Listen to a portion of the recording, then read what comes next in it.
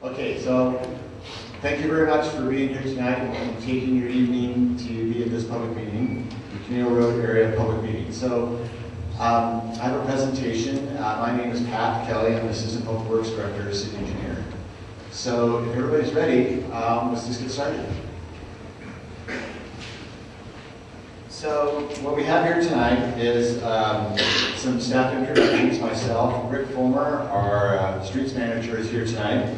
Also, Chris Toth, our wastewater systems manager, as well as representative from our fire department and building and safety departments. And we'll introduce them at the end of the meeting for comments and questions. So first, the objectives of the meeting tonight are to present an update regarding the status of infrastructure, maintenance and repairs on the Conejo Road area neighborhood, including, and as always, a focus on the slide area. And also to answer any questions that the neighborhood may have about what we're doing up there. First of all, I think it would be important for everybody to understand who's sitting next to you and why they are here. So much of this got started a couple ways. One was we received a letter from many residents labeled as the Conejo area neighborhood group. And the people who signed that petition are in the parcels that are colored in. And then the line on the outside is all who have been invited here tonight. So there's some people here that did not participate in the petition, and I anticipate there's many that are. Then also shown on the road, on the map, is also maybe faintly is the actual what we call slide mass C, which is the Conejo Road slide there, pretty much at the intersection of Conejo Road and the private lane, Conejo Lane. So the outline for the meeting tonight is first a little bit of background. I think it'd be helpful for everybody, and then kind of get to the meat of the presentation, which will be our proposed roadway maintenance plan and current city activities, and then close up with some comments and questions from everybody. So first of all, just to get into some of the history, is that the road was constructed about 1928. Residential development was primarily in the 50s and 60s. The roads were overlaid in about the 1980s. And then in 2000, 2002 and 4, we did some slurry seals, some pavement maintenance up there. And of course, the T-fire. T-fire was a lot of stress on the roadway in a whole bunch of different ways. A lot of the fighting fire, and then also subsequent to that, a lot of the reconstruction equipment is doing, as you can see in the long line there, is that there's been accelerated roadway deterioration. I think everybody has seen that. And we did some measurements, or some observations, is more like it, of the condition of the roadway several years ago. This is after the fire, and then just we did it a month ago, and there's several parts of the road that have accelerated deterioration beyond what we normally see. So moving on with some more history, now let's go over to the slide. And like I pointed out earlier, is the focus of the meeting is to point out to you the city's commitment to maintaining access on Conejo Road. By looking at the map that we had earlier, it's clear that Conejo Road is a very important access point to this neighborhood of the Riviera. Loma Media and Los Venturas are other ways off the hill, but Conejo Road is clearly a very important access to the area, and that's one of the key city interests. And then also the slide there affects our ability to maintain that. I'll have some pictures to show you regarding what we've been doing there. And also clearly to tell you that we are committed also not just to maintaining a primary access, but also to tell you about our commitment to maintain the pavement in a reasonable manner, because we have had a significant number of complaints, comments about the rattling of the roadway.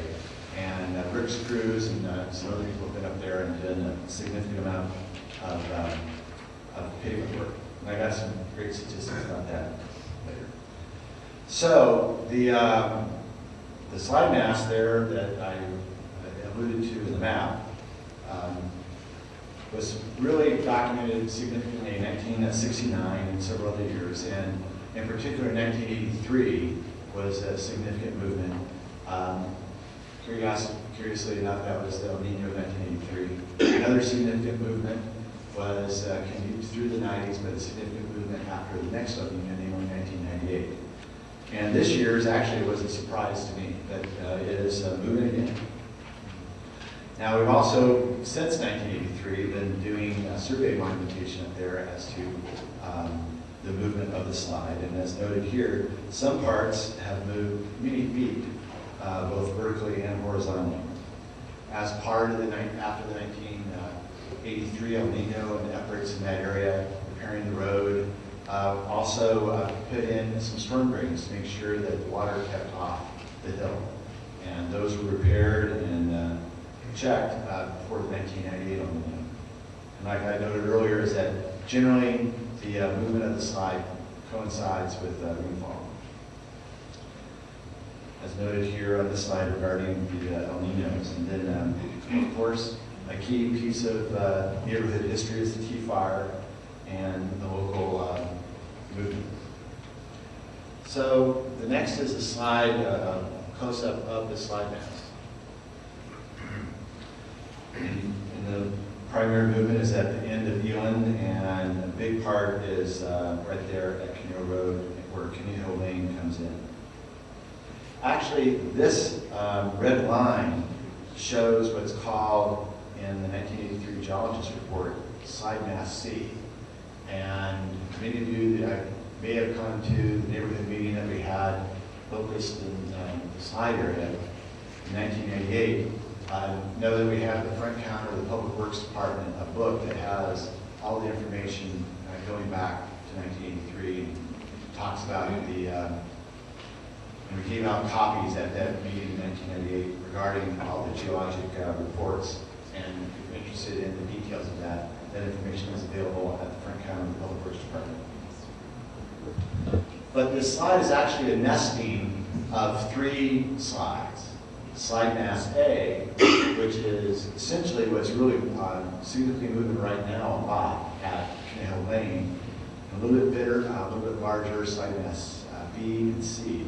But this red line is what we call C. Would you be willing to point to the items that you're describing? Because they're not very clear. Or at least Okay. show like the streets. Is Okay. the far right street Stanwood? Right by your hand? Thank you. Yes, indeed. This is Stanwood. This is Conejo Road. This is Eland. And this is the private lane, Conejo Lane. And so this is the slide mast C that I talked about. And slide mast A, like I said, C is really, there's also 2 other slides that are nested inside, A and B. Okay, now a little bit more interesting graphics here. This is some pictures. And this is what we saw last March. Sir, have you Yes, ever ma'am. read the new geology from the Roadway College first study? I'm very familiar with it, yes. And that's included in what you're saying? Yes. Thank you.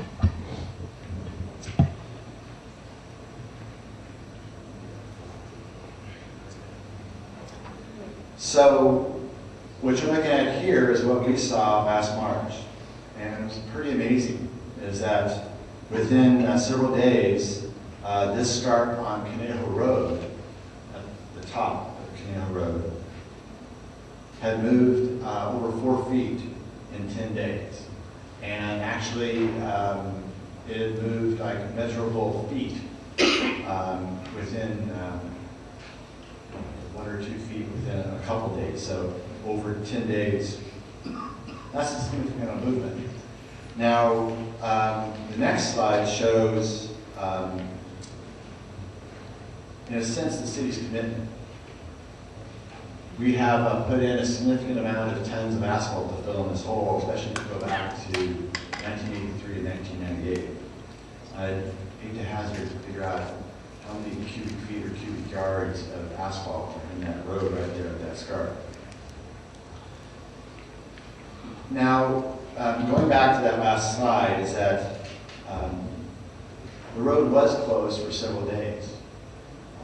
City crews went out there and filled up the hole, and the road remained closed for a couple of days, but during that period, we tried to get it open as fast as possible for public safety vehicles. But I believe you can understand it, a test of reasonableness of how fast you can put asphalt into a hole. It's moving quickly. But the reason I mention this is that there is a significant city commitment to maintain this access. And just some statistics is that we put in 2,400 cubic feet of AC, many tons at that road, and that's a lot of AC. Okay, now so here's hopefully the more interesting part of the discussion tonight, is talking about the city's commitment. Is that city crews are continuing to do spot repairs. In fact, I believe within the last few days put in, I think, 60 more tons of asphalt just within the last week. What you know is that this area is scheduled for our routine pavement maintenance for next year, and what we want to do is accelerate that 1 year. Now,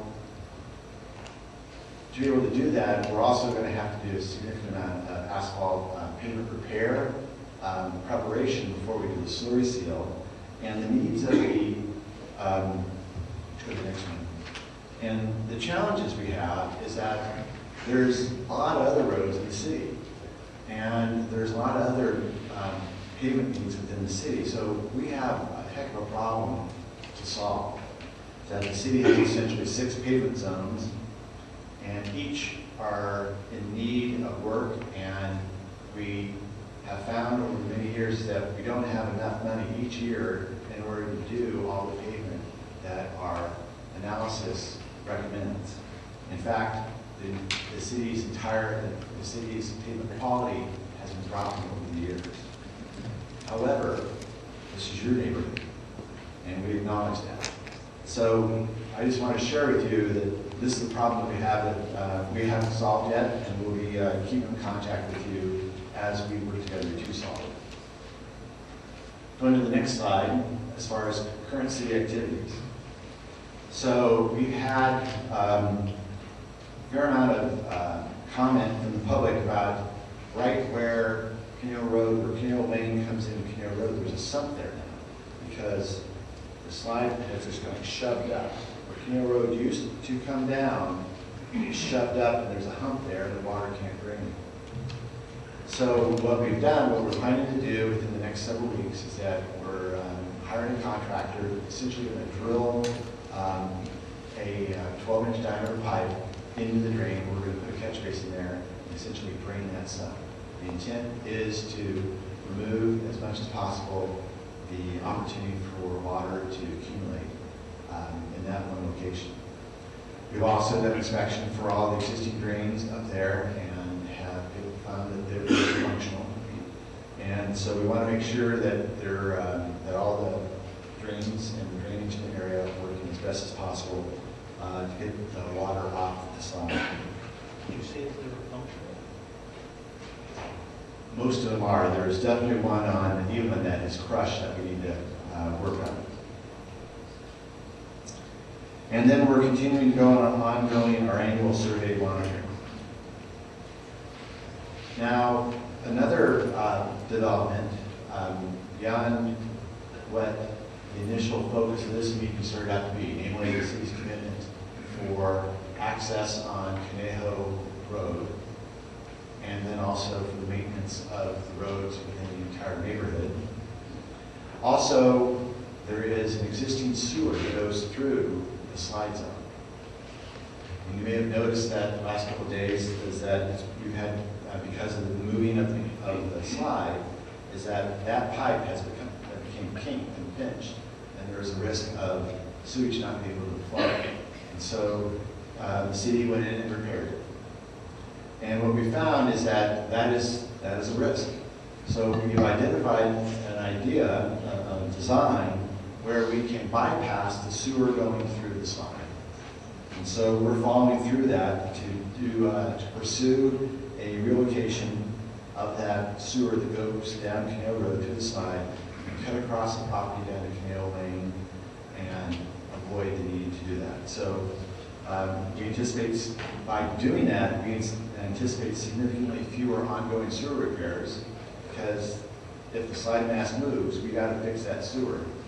If we bypass the slide, we don't have to do that. Reduces the probability of city crews going in and doing construction and closing the road, even though it's only for a short period of time. And we're pursuing working with property owners to facilitate that relocation. I have a question. Yes, sir. My name is James Tober, I live in Conejo. Mr. James Jones? Tober, Okay. where you make the change from having the sewer line come down, you cut it off, and you're gonna have to come down the property onto Conejo Lane and then down to Conejo Road again? Yes, and What bypass the happens to people slide. on the downhill side of that, where you're gonna cut the line off? How will they get their sewer? Then we'll be working with the individual property owners, and as we've done in at least one other property, and have private sewer pumps so they can pump up to the sewer would be the solution. Have they been notified? Because I have an email from Ruth Lashkiani that lives at 498, and he's out of the country right now, has not been notified that this has occurred, so. Well, we don't even have a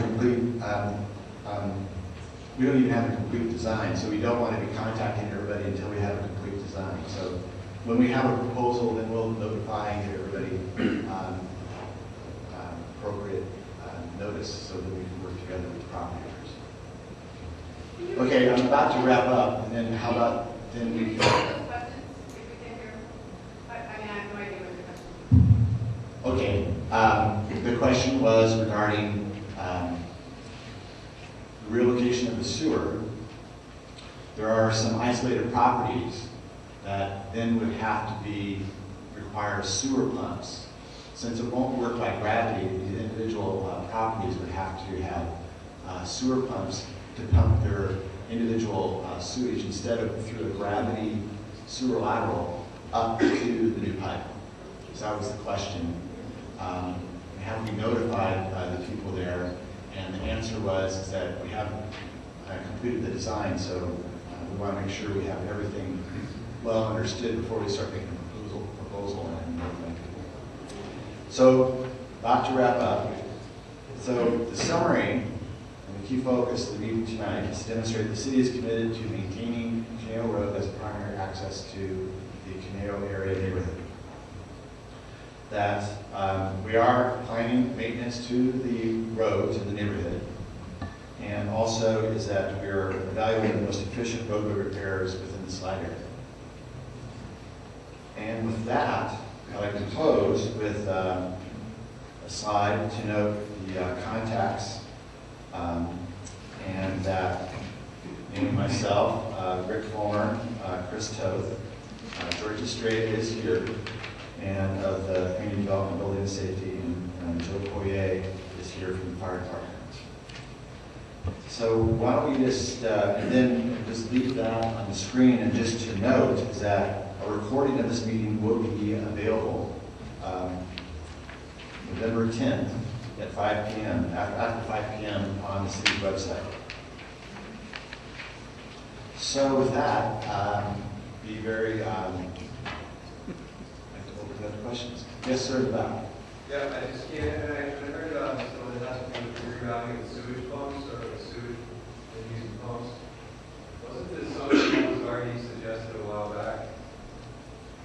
I'll speak about something. Wasn't it, I did move to, I've been there about 7, 8 years in Conejo Lane, but to my knowledge, there was a pump that was planned, obviously, that was planned to put the pumps in, but it was actually being turned down because what happens if the pumps fail? Obviously, it's going to come back downhill and cause a problem. So I'm wondering if this plan that you guys are putting together is in relation to, or similar to one that was already suggested many years ago. I don't know the specifics of what you're talking about. Maybe just give me a call tomorrow and we can go over the specifics. But I do know that there is an existing sewage pump up on Elan Place, one at least.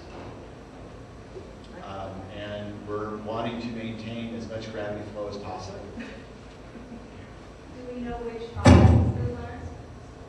Yes. Will we write that?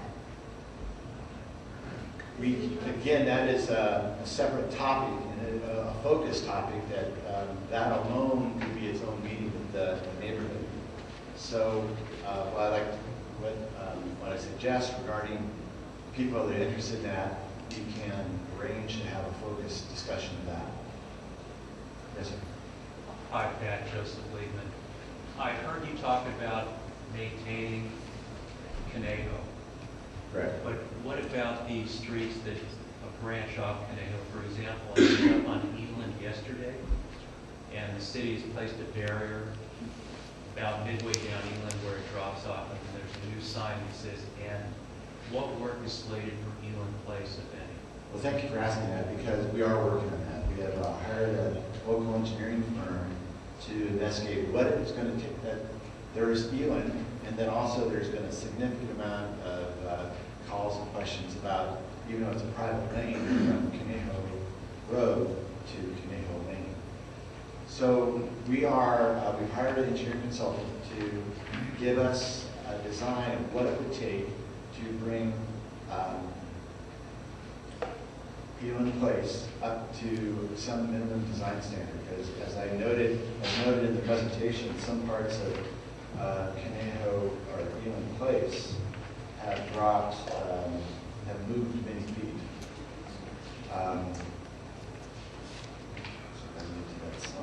I don't need to know the actual footage.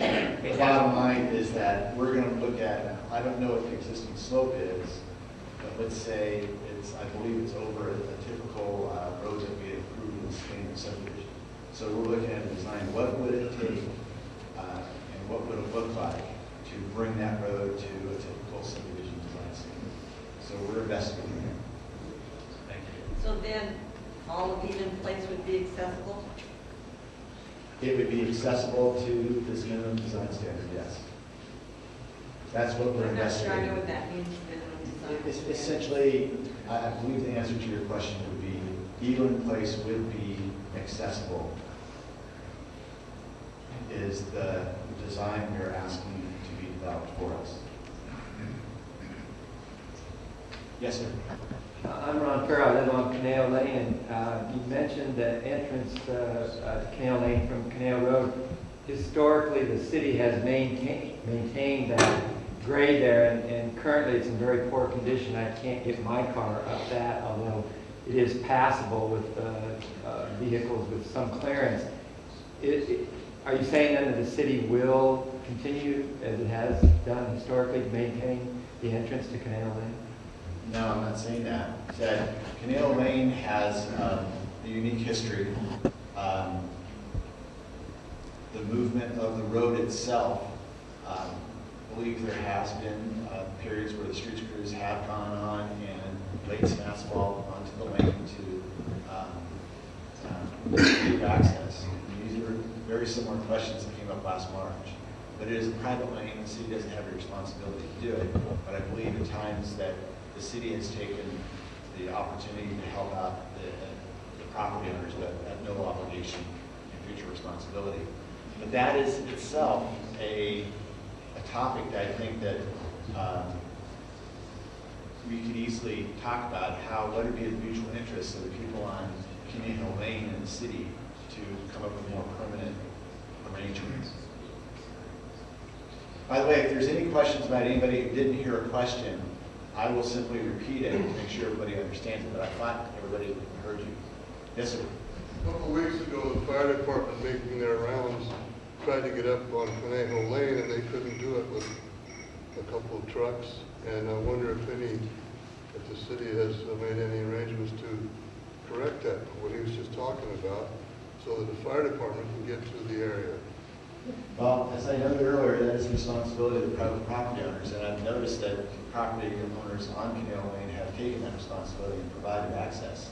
However, it's been a mutual effort over the years, but Can I just address part of that? What we were doing up there is testing different rigs, not just our own.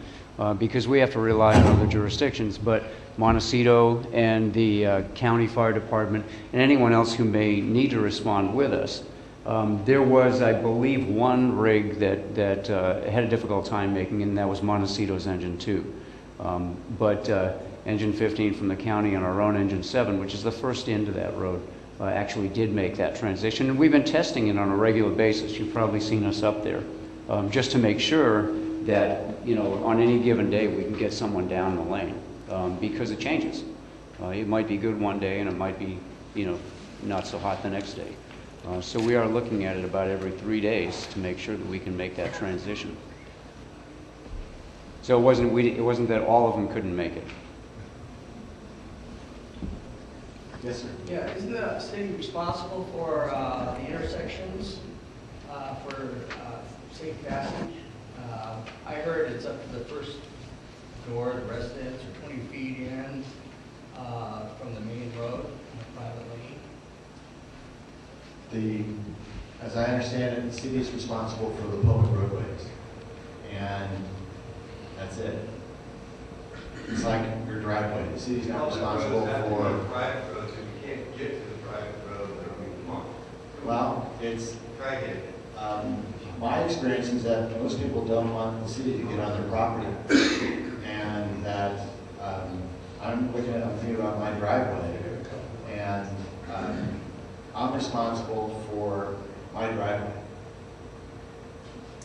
The entrance to the lane continues to change as the slide progresses. We're more and more into Conejo Road. So where is the beginning of Conejo Lane? The question is, where is the beginning of Conejo Lane? And that's a challenging question we've had over the years, and we've talked about that a bit. And what it boils down to is that there's the world, and then there's this cookie cutter of a subdivision that goes on top. The cookie cutter is the subdivision, defines the property. So if the road moves over, the asphalt moves over, the road moves out of the public right-of-way onto another piece of property. And that's one of the key reasons why I offered earlier, is that I think that Conejo Road and Lane are a very special and unique example. And I think that there's something there that the residents of Conejo Lane and the city can gather together and work out a mutual interest, so we don't have to get into this situation of, that's my property, that's your property. What is the mutual interest between the property owners up the lane and the people that drive by the lane? So we can get into the technicality, as I just mentioned, as you know, whose properties do. But I think that there is a mutual interest here that we can figure out how to develop a unique and special cooperative agreement between the owners on the lane and the city. And that's be its own. I would suggest that be its own topic. The focus of this was, as I noted earlier, came out primarily as I understood it, the city's commitment to maintain public safety and area access, and also road maintenance. So I'd like to focus several topics. Maybe that will follow. First, the man on the right. What exactly moves year after year? Is it like two specific areas? You showed that one hole that drops down. That sounds like one area that drops. Are there other areas that drop as well? Like year after year? Could you move back to that picture? I think that would help.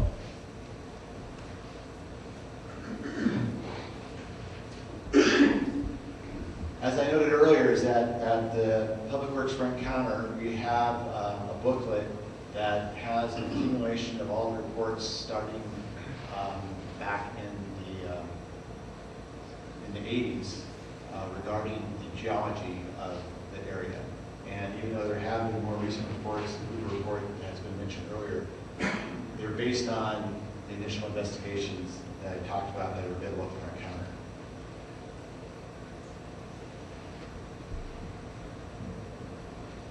So let me see if I can point here. Is that, so here's reorient everybody again. Here's Stanwood, here's Conejo Road. and here's the lane. And here is what's called slide mass C. And what you'll see in the most recent mapping, in fact, the city has an ordinance regarding this slide mass that limits no new construction within the slide mass. And that has recently been remapped. And the new mapping actually moved things around a little bit, essentially the same as what was back in the 80s. But the new map pretty much was dead on regarding the location of this scarp here on Conejo Road. Also, it was pretty much dead on regarding the location of this scarp here on Ewan Place. Down here, it's just a mess, for lack of a better as a technical term. It's just shoving all around. And what's happened is that the road kind of weaves around there. This property, which was destroyed back in 1983, is sort of a low point, but there used to always be some type of drainage coming out. This has now become a sump. And so what the city is doing is that we're arranging to have a contractor come in, hopefully within the next week or so, to drill a 12-inch diameter pipe up to the location of the new sump that will allow that area to drain to make sure that as much, there's as little accumulation as possible of water within the slide. Of course, the slide is moving without accumulated water. It's, as I noted, evidence has been associated with rainfall. So does that answer your question? Yes, because I was on the one bridge over the area, it looks like it's too large a bridge. Well, we're essentially bridging it just by filling in the holes. Well, yeah, that's basically putting a patch on something that moves. Right. So good point. So what's happening is that the whole a bridge wouldn't work because the whole everything within here is moving every which way, is what it appears to be. There's, right. I've been observing this since 1993, and it's moving all over the place. We've had survey monuments. We lost many survey monuments because it's shoving all over the place. Are caissons a possibility? Well, we're getting into private property. The city's responsibility is maintaining this road, and that's what we've been doing, and so I'm forth. referring to the road, where I live on Conejo Road, we lost our house in the fire, and we did not have insurance that would bring it up to code. However, we had to add 29 caissons, out of our own pockets, which was over $100,000. I'm thinking, maybe it might be a big expense for the city, but why can't you put caissons there to go with the road? We had Of all the analysis, no, thank you for the good point.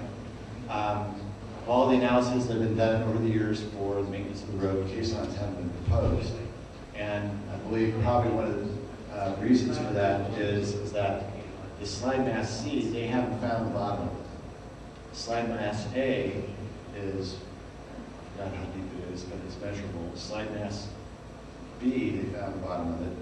Slide mass C is one big, you can see this in the 1983 or 1984 geology report.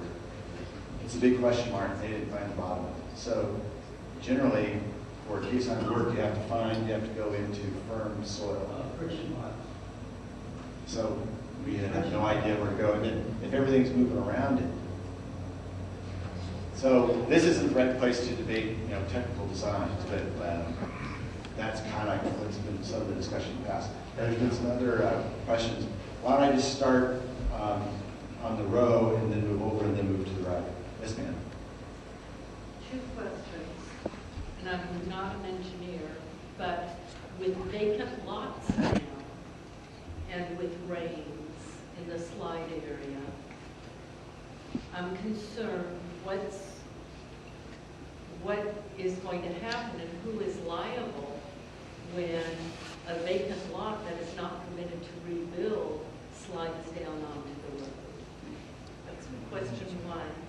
Question two is, for years, it's probably been 6 or 7 years, a main water main broke, and the city, instead of replacing it properly, just put a water pipe above ground. Is the intent to ever do that correctly, or to maintain water pipes above ground along the streets? Okay, let me answer those one at a time. Let's start backwards. So let's go with the water line. Is that the reason why we did not put let's say, 8-inch diameter pipe 2.5 feet deep through this area is because this area is moving, and the safest thing to do would be to what we call a high line, which is a 2-inch, I believe it's a 2-inch copper pipe. We highline it through here, so as the area moves, we can see the line, and as long as we can maintain water service, it's we've done what the intent of the water system was. This is further up. This is up by Sherman and Conejo. Right, but Up there, yeah, up by where it says construction. when the work was done, there was some uncertainty. From what I recall, and I'd have to talk to the design engineers, it's not clear to me. But my recollection of when this was done is that we just did the whole area to maintain water service because we didn't know if this slide mass is going to expand or not. So, but we believe we've met the requirements of fire protection, water supply, and water supply to the property owners. Could you repeat the first question? I want to make sure I get it right. The first question, I'm concerned because in the slide area, homes are not being permitted to be rebuilt. Correct. And now who's liable when a homeowner who cannot rebuild, their land slides and creates more damage because the city hasn't permitted them to rebuild? And control their surface water. Well, now you're getting into liability. I'm not going to answer that question. That would be a site-by-site issue for a specific site. That the only way I can answer that question. Moving on to the man who is further down the aisle. I'm sorry.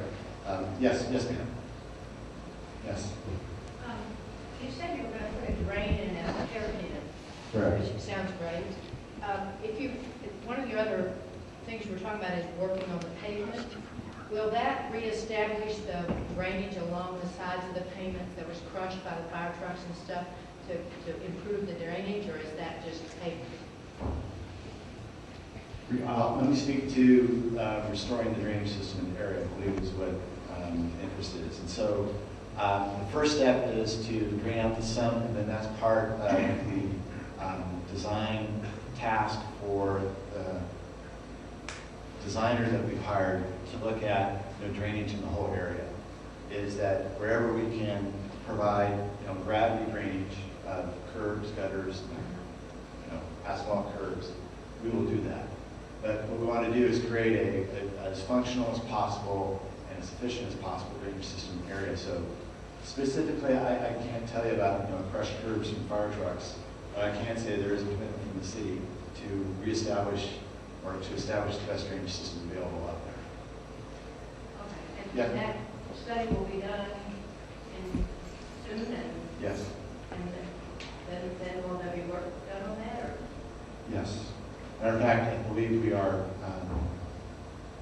moving very promptly. As soon as we identify a solution, we move as promptly as we can. But we don't want to do things twice. We want to only do it once. Measure twice, cut once. Yes, there's a question in the back. Yes, sir. Is there any plans to put in any temporary drainage for Elan and Conejo 5 feet above the crack lines? If the water goes in there by the tens of thousands of gallons. The intent is that to have all the road, as you've seen, we put in thousands of tons of asphalt, combined as pavement repair and filling in holes in the roadway. We're talking about It all takes a track that big to make it real, really. And we want to come up with a design for you and do our best there too. Yes, ma'am. Is this all budgeted for? Is there a known budget or a time frame explain when the budget will be established? There's no budget. This is unbudgeted. This is an emergency that we recognize we have to respond to. Now, the city's budget is such that there is a certain amount of money set aside for, standard, what is budgeted would be our normal annual pavement maintenance. From that perspective, I call that the budget. As far as, emergencies that happen every year, those are essentially unbudgeted, and what we have to do is take money away from the programmed pavement maintenance to take care of these type of events. So you're limited in what you can do? Yes. Well, we're going to do the right thing, and we're going to be carefully analyze what is the best and most efficient thing to protect the interests of the city. Excuse me? Pouring asphalt continuously into a hole seems to be just digging a deeper hole. There's been a fair amount of significant amount of analysis done as to what is an appropriate response as far as improvements. And when land of this nature starts moving, there's a very limited number of things you can do recently. And we follow the rule of diligent, reasonable standard of care. Yes, in the back row on the left, please.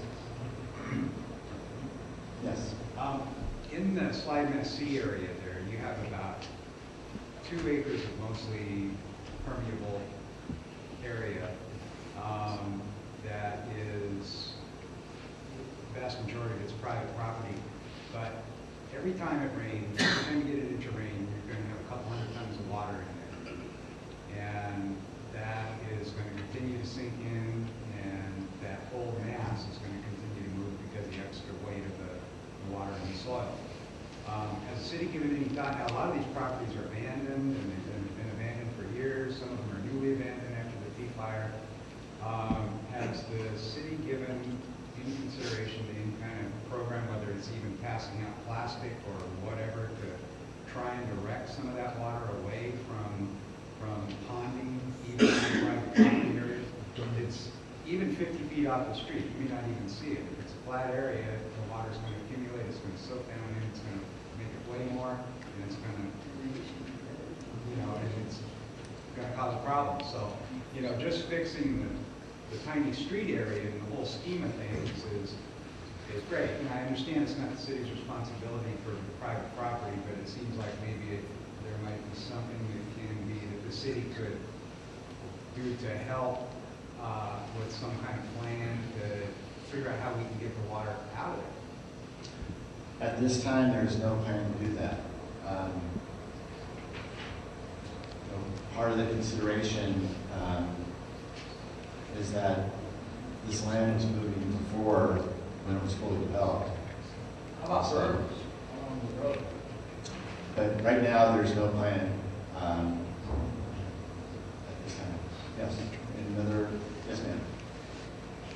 In 1983, you guys are talking about maintaining the streets and sewer lines now and having a plan for drainage. In the 83 report, I know there was plans or engineering suggestions given to the city for drainage in that area.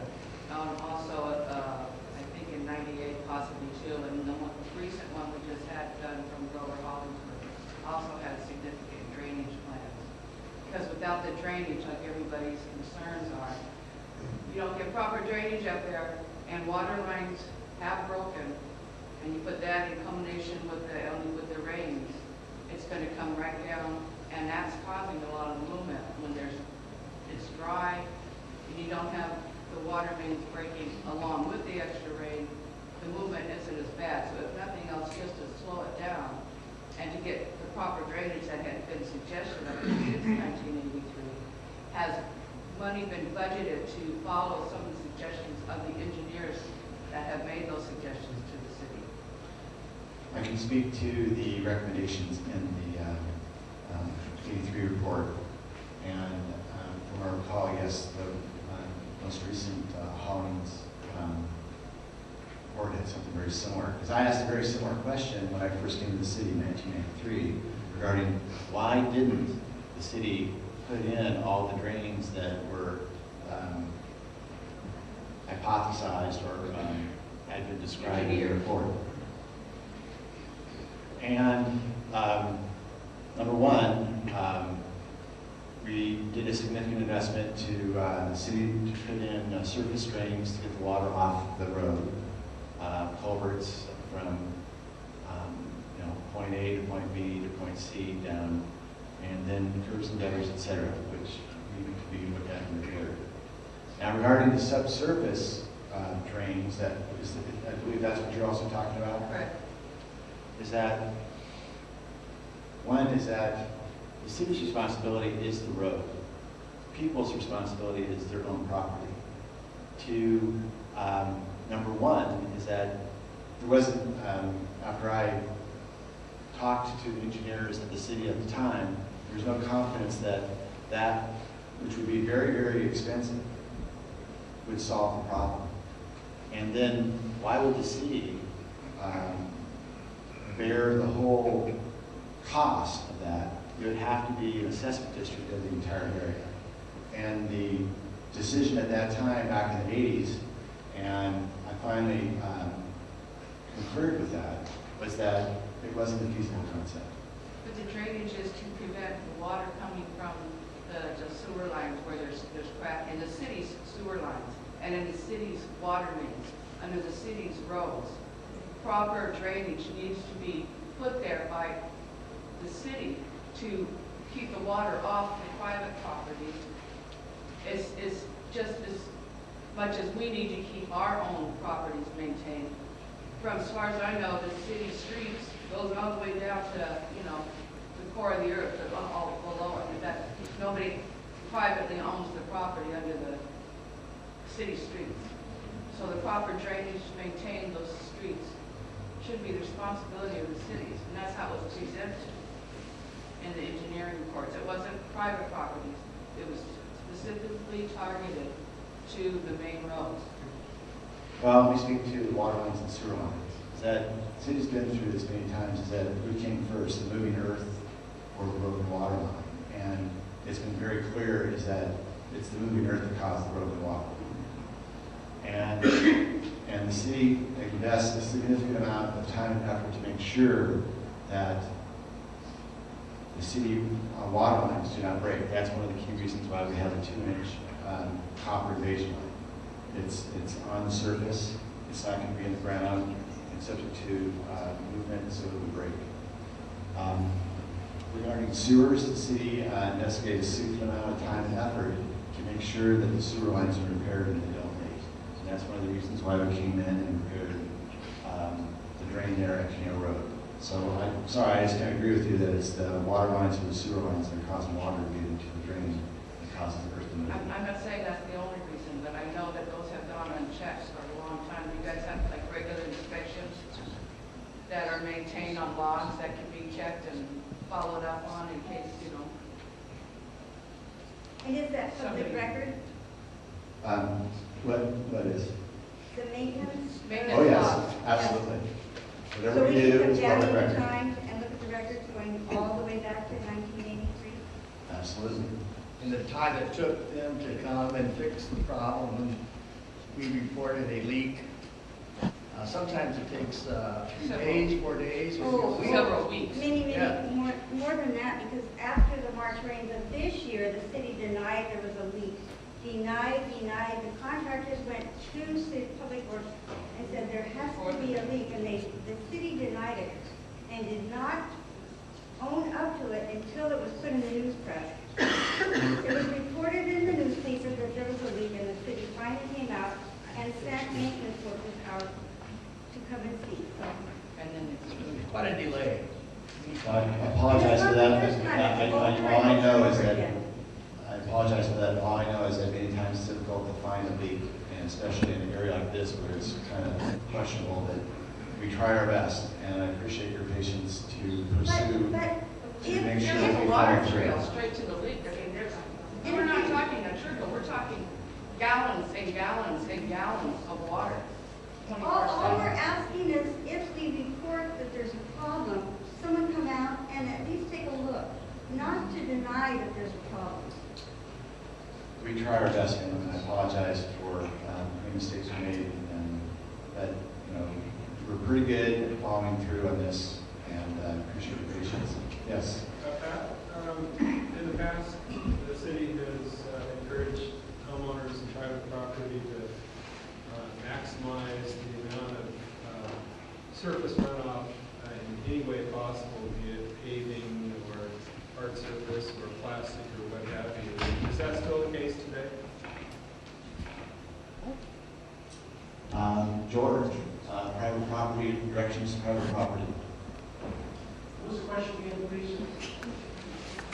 In the past, the city has encouraged homeowners to use whatever means, plastic or hard surface, to maximize the amount of surface water to be collected and diverted to the public streets to drain off. Is that still the case today?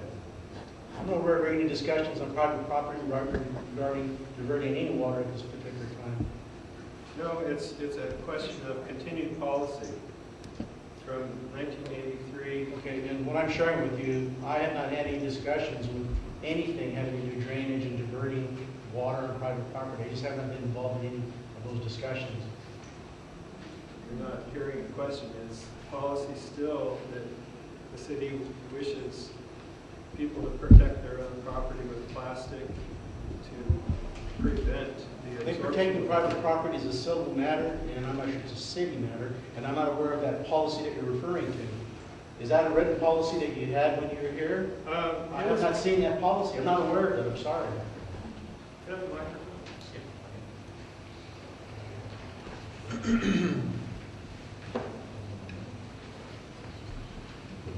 This is a 1983 letter from Chuck Dreyer, Chief of Building and Zoning, to John Wollaston at 530 Conejo Road. And he writes, "This letter is intended to serve as official notice to you that the old existing landslide, which has involved your property over the past years, may be reactivated or accelerated by approaching rainstorms.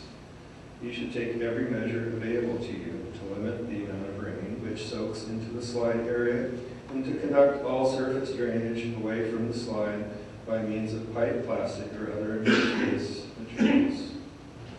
And I'm just curious, is it still the city's policy to encourage private property owners to take these measures? Okay, we haven't encouraged or discouraged anything.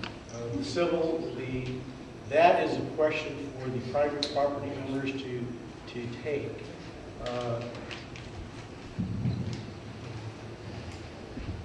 Any other questions? That, in my opinion, is not a directive. It's a suggestion that came from the building official at that time. I'll look into that and try to respond back, but it behooves the property owners in that area to always divert water from away from the slide area. That's encouraged. Another question, yes, ma'am.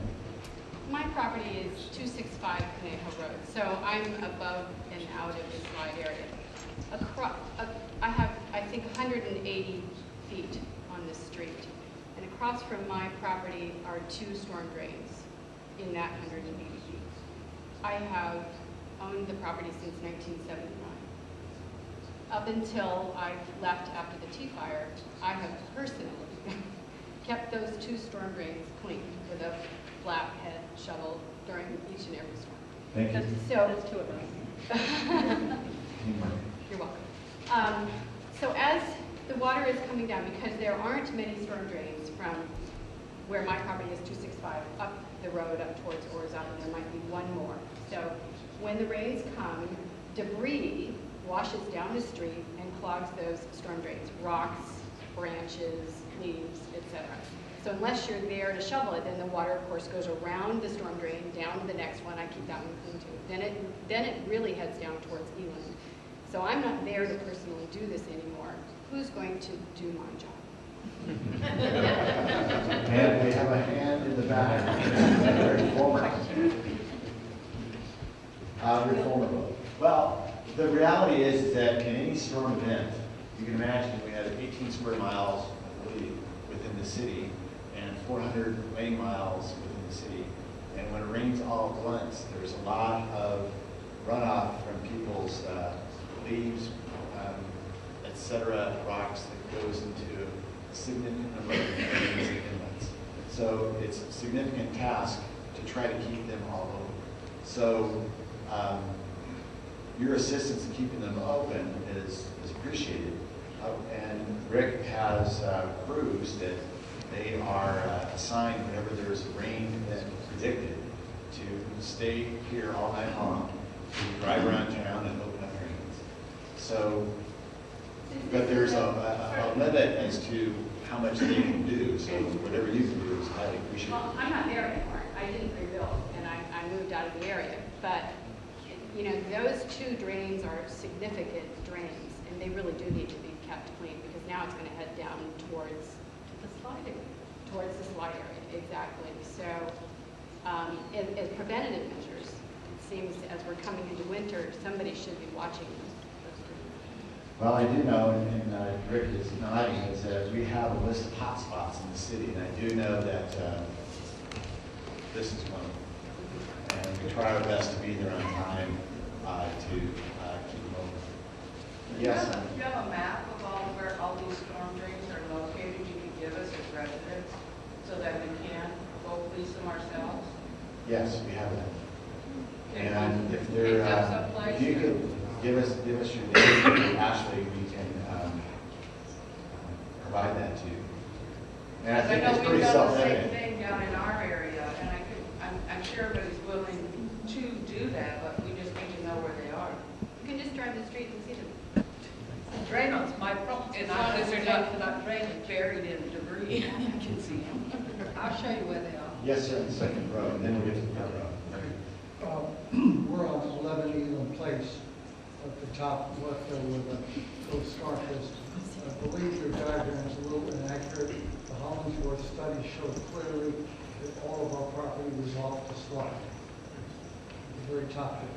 You see the I'm not sure if... that's not the big, that's one thing I've noticed. Okay. The other part is now, we're back in the house and we see miles and miles of new greenery growing. Okay? It's taken an act of Congress to get the city to allow me to put vegetation and replant the landscape. Now, who's going to take care of the rest of that vacant land?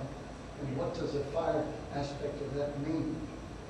Because I stood there and saw a 30-foot wall of flame and we had to leave. And I don't want to see this again. Joe? There are a couple of different parts to that question. Yeah. Private property, it's the homeowner's responsibility. But if you have a structure on the property, you're responsible for defensible space. You're not responsible for open land clearing. There are some parcels up there that are part of, and I'll get the name wrong, but they were the ones that were abandoned in 1995, 98, that became part of a land trust. And we're currently working to attempt to locate funds in the city to take care of those 5 parcels because there's no one left responsible for them. They basically became part of a trust that no one owns anymore. Nobody pays taxes. So even if we use one of our tools like assessing the tax rate, for the cost of clearing the land, it wouldn't work because it's basically like a tax exempt corporation. So in any case, there are examples like that where we're trying to find ways for the city to clear those properties. But then there are other areas up there that are simply open land, like anywhere else on the Riviera. You are not responsible for completely clearing open land. Our benefit assessment district is working in specific isolated areas that, where we do vegetation management, but it has to be done very carefully with all of the biological concerns and everything else that goes into that. We have probably 4 different projects going on right now that you're probably aware of. So we do a lot of it, but we're not in the business of clearing all the open land up there. That's not something that's within the fire department's responsibility. So that's just going to stay there, is what you're saying? Well, a lot of the vegetation will stay there except as it pertains to private property. Now, the private property owner is responsible for maintaining the fire safety of their own property, including yours or anybody else's. And in the case of these 5 parcels that I was referring to, the fire department is looking for the money in the city budget to attempt to clear those, or at least do some vegetation management on them. And you feel comfortable that if we get another major fire coming that way, you can get your equipment in there to stop it? So Even with far, the road not even there anymore? And this is where, are you talking about Elid Place? Yes. Elid Place is obviously where the scarp falls off is not something that we can go beyond at this point. And that's why Public Works and Engineering have been looking for a solution to that problem. So, obviously, if you look at that and you consider a fire apparatus, we're not going to get beyond that. We will with hose lines, but we won't with the apparatus itself. So hopefully there'll be an engineering solution to that problem, but I don't know what that engineering solution will be. I'm not an engineer. Thank you. Yes, sir. Okay, the question I have is, you said that on Eden Place again, where the spark is, where the Pinfield Smith is doing a design on how to provide regional access there. You're looking into it right now. Are you looking into the fact that there's a huge amount of drainage problem right there at that spot? Part That as is what we're talking about, from the water coming down from Conejo. I believe it. Goes down Eland Place, There, goes across that scarp, and then there's a drain at the very end of Eland Place. And that, right, as far as I know, that drainage is not, it's been damaged after the fire or because of the movement. So it's not really working at all. It's not doing any good. So I know it's been camera. You're absolutely correct. The drain that was Drain here, at the end of the street. right, the drain that's into the street in 1993, Yeah, it's supposed to go down to the creek. that is very familiar, which has moved many feet, is collapsed.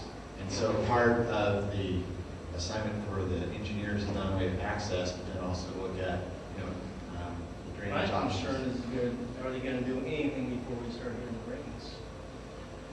Well, there's a limited amount what we can do and what anybody can do. I mean, this has been collapsed for many a year. And whatever we do, we want to make sure that we do it right. And so that's why we're doing this analysis. Have you guys looked into any kind of grants or anything that's possible that's out there? I mean, I don't know. We're always looking for money. But we found that it's very difficult to get, emergency management money for this type of thing. And we're just going to find out what's the best thing to do, and we plan to do our best to efficiently use whatever funds we get to do the right thing in that area. Yes, sir. Do you know when the engineering study is going to be done about the drainage, and will we be having another group or meeting or focus group or something to present the results of that? Well, let's just focus on the question.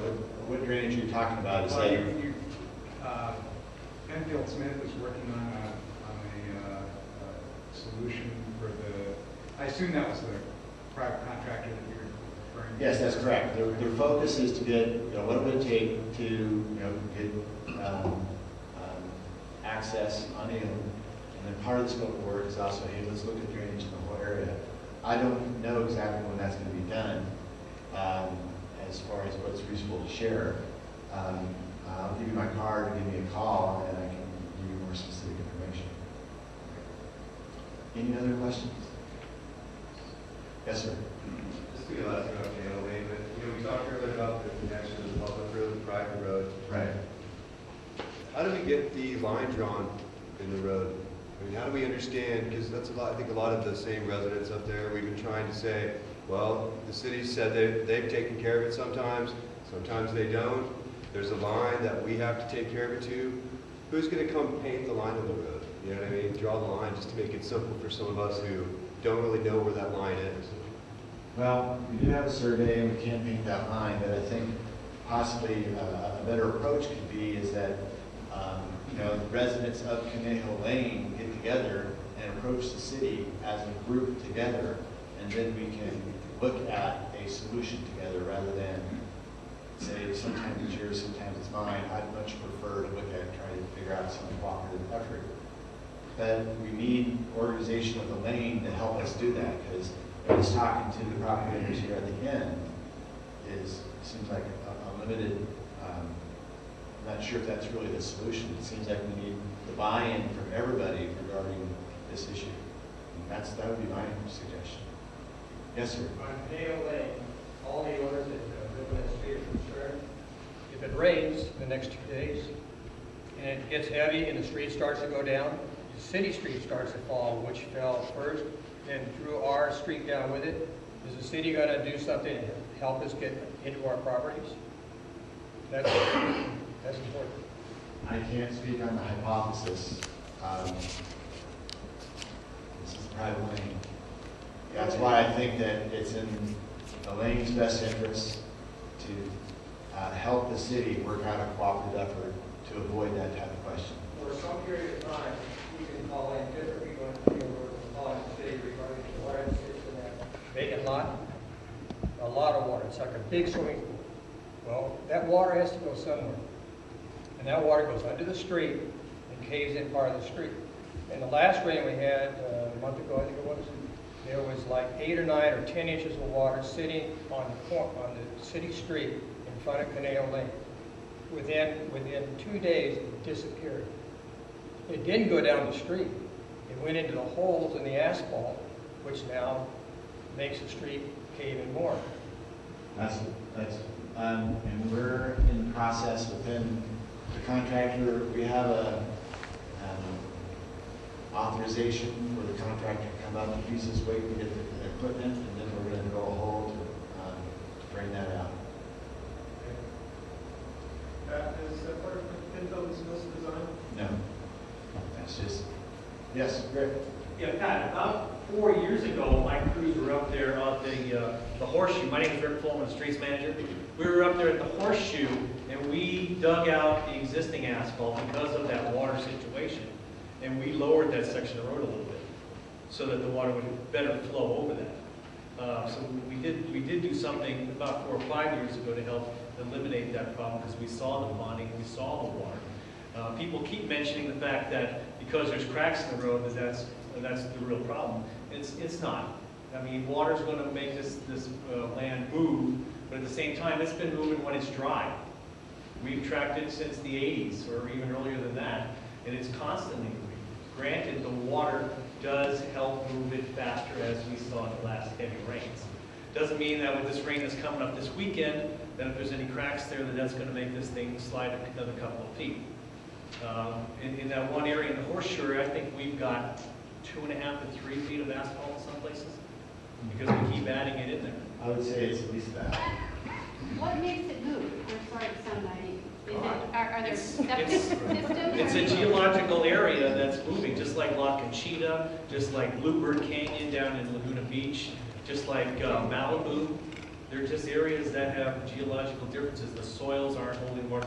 I'm not an engineer. I'm a maintenance guy, common sense kind of stuff. I see this all the time. We see issues. I just built a house a couple of years ago, and I thought I had done everything right, but heck, with those last rains we had last year, I had 6 rivers running across my property I never had seen before. But because of the amount of rain, I had a lot of water on my property. I don't think I can answer your question directly as to what's causing this, but you've heard of shale, you've heard of granite, well, as geologic formations. The geologic formation here is ancient landslide debris. So, go figure, I don't know. So it seems to me back in the 80s there was a discussion about Camino Alto and that people were on septic and that was contributing to the problem. Are they on sewer now? Or is that so minimal it doesn't affect it? In 1980, when this ordinance was drawn to prohibit new construction within that area, at the same time, the watershed upstream, upland, another ordinance was passed regarding no additional construction without connecting to the sewer. I believe that's what you're talking about. No, the existing houses on Camino Alto that were on septic, are they on sewer now? I don't know. I can, give me a call and I'll research it and give you an answer. No. The answer is no. The answer is no.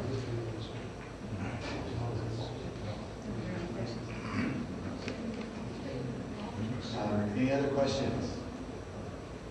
So please feel free. You have the names of the people there. My name is again Pat Kelly. I'm the Assistant Works Director, City Engineer. And I hope this will answer your questions about our commitment to maintain access. And we'll be communicating with the neighborhood regarding our plans on pavement maintenance. And also encourage people on the lane to let's get together and work out a mutual interest for access there. There's no more questions. I just have one question. Just going back to the Camino Alto. If in fact you do find out that those places up there are still on septic tanks, and that is kind of the area where the snuff off is it going to be required of them to hook up onto the sewer line, if there's a sewer line in the area? I don't have the map of, could you go back to the map of the entire divided area? Can you point, let me see if I can find it. Well,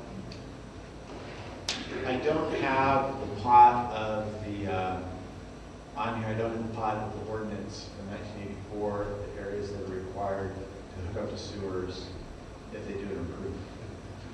So I can't answer that. I'd have to look either at the reference in the book that we have in the front counter. If the city believed that the sewage, if the city believed that the septic systems, if there's any evidence that the septic system was causing this slide, they'd be connected to a sewer right now.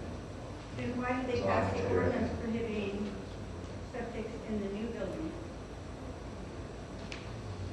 That was a precaution. I think it's very clear, history has shown that the slide moves and Well, rings. it's clear that in the future, I mean, I would think that the existing still could be, it just makes sense. Well, I mean, like I said, if Camino Alto is on the other side of the hill, I can't tell you. Any other questions? Again, encourage everybody to give us a call if you have any questions, and thank you so much for taking your own time to come out. What's your telephone number? Can you put it on the slide? Yes, ma'am. Who would be, we have called several times to the city over various things.